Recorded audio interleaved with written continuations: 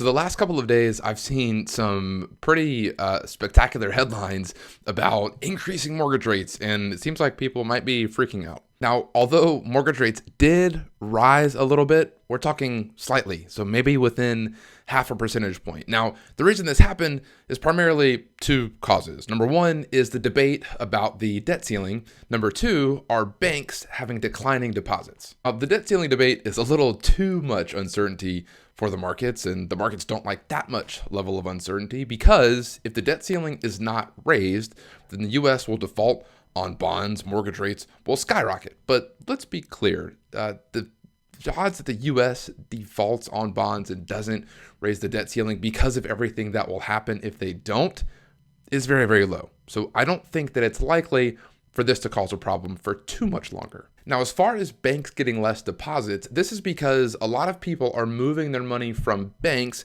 into money market accounts, which are currently getting you a higher return on your money than banks. So when people go to make withdrawals from the banks have to have that money from somewhere to pay depositors what they are wanting to withdraw from that bank. And so in order to do that, banks have to sell off assets that they have, like bonds.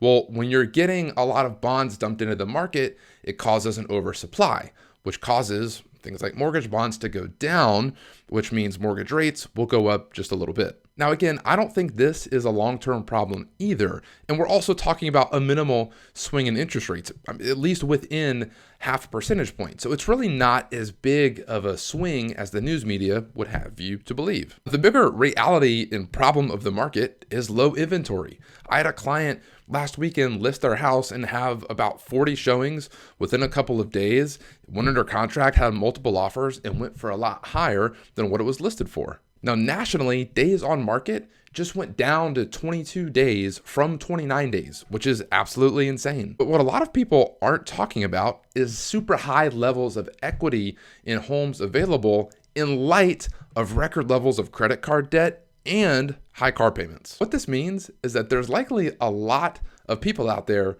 who have the equity in their house to pay off these high interest credit cards, to pay off these super high car payments, but have no idea on how to get started. Now, for some people, a home equity line of credit or a cash out refinance will be the way to go. But there are also a lot of people out there that need to move into a different house for whatever reason their life circumstances dictate. But what they don't realize is that they have all this equity in their house. And if they sold and bought a new one, even though their interest rate would be higher, their mortgage payment would be higher, because they have all that equity in their house that they sold, they can pay off those high interest rate credit cards. They can pay off those super high car payments and whatever other debt that they might have. So even though they're going to have a higher mortgage payment and that might not feel very comfortable, they could still end up paying less on a month-to-month basis because they paid the rest of those debts off. Plus, they'll be in a house that better fits their needs. Now, the thing is, most people in that situation have absolutely no idea that it's even possible.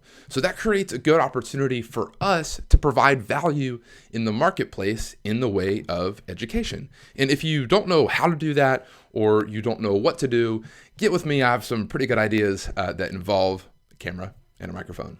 I also have a tangible tool that can break down what the numbers look like for each situation for somebody that's thinking about starting this process. So let me know if you'd like to jump in on that as well. Now, next week, we will have the Fed's favorite marker of inflation, the PCE, or Personal Consumption Expenditures Report. Now, I'm not expecting any fireworks to come out from that, but to keep up with news on that and how anything else is affecting the mortgage world, give me a follow on Instagram, subscribe to this channel here, and have a great day.